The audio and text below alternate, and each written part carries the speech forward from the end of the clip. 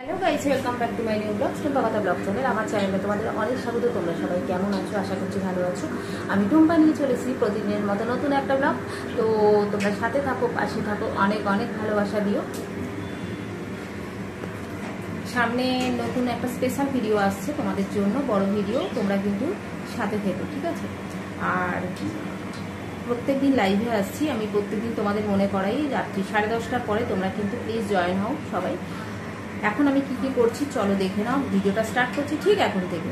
তো এদিকে আমি বেরিয়েছিলাম, ফিরে এসে দেখছি মা রাতের জন্য লুচি বানাচ্ছে। তো চলো একটু শেয়ার করে দিই তোমাদের সাথে। তো তোমাদের আগেই বলেছি আমি লুচি বা পরোটা এই ধরনের জিনিস বানাতে পারি না, এটা মায়ের দায়িত্ব, মা করে।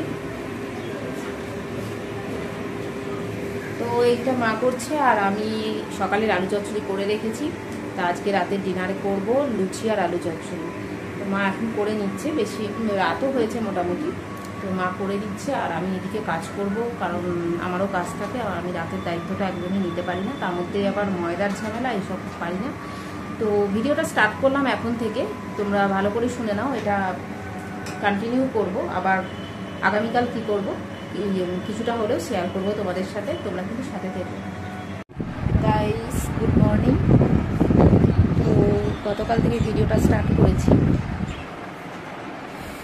যতটা পারবো কন্টিনিউ করে তারপর শেষ করবো, ঠিক আছে? ঘুম থেকে উঠে অনেকক্ষণ উঠেছি, তোমরা চোখ মুখ দেখেই বুঝতে পারছো।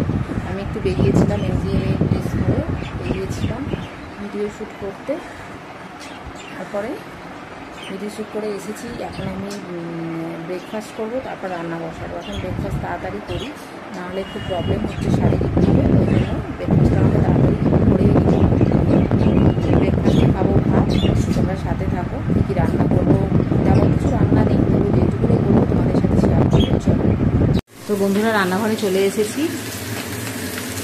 মায়ের জন্য মাছের কালিয়াটা বানিয়ে নেবো।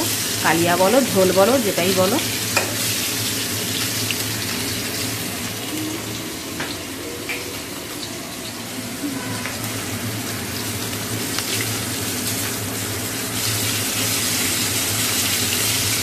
তো আমার জন্য চিকেন আছে, তার জন্য চিকেনটা করবো না, চিকেন রান্না করাই আছে। আমার জন্য আর কিছু আনিনি। আর আমার মাছ খেতে অনেক দিন ধরেই ভালো লাগছে না। লাস্ট যে শরীর খারাপটা হলো, জ্বর বা কিছু, ওইটাতেই আমার মাছের পুরো অরুচি হয়ে গেছিলো, যার জন্য মাছ আমি আমার জন্য একেবারেই আনছি না বেশ কিছু দিন ধরে, প্রায় 1-1.5 মাস হয়ে গেছে।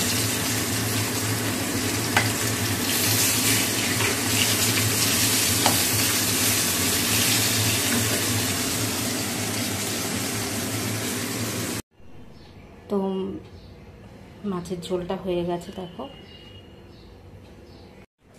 তো রান্না তো হয়ে গেল। এই দেখো সমস্ত পড়ে আছে, এখন এই যে কড়া পড়ে আছে। তো এই রান্নাঘরটা পরিষ্কার করব, রান্নাঘর বলতে ওভেনটা পরিষ্কার করব। আর ঘর মোছার সময় তোমরা জানো আমি সবটা একসাথে মুছি। তো রান্নাঘর আলাদা করে কেউ কোনো ব্যাপার না, সব একসাথে মুছে নেব। তোমরা সাথে থাকো, পাশে থাকো, চ্যানেলটাকে সাবস্ক্রাইব করো, ওকে? তো চলো। তো গাইস, এই দেখো আলমারি গুছিয়েছি আজকে। আলমারিটার জামা কাপড়গুলো পিন্ডি চটকানো ছিল, তারপর সব গোছালাম। গুছিয়ে এবার ঘর মুছবো, ঘর মুছিয়ে যাবো চান করতে। তো সাথে সাথে ভিডিওটা আমি এখানেই শেষ করছি। আবার আসবো নতুন কোনো ব্লগ নিয়ে। তোমরা সাথে থেকো, পাশে থেকো, অনেক ভালোবাসা দিও। চলো চান।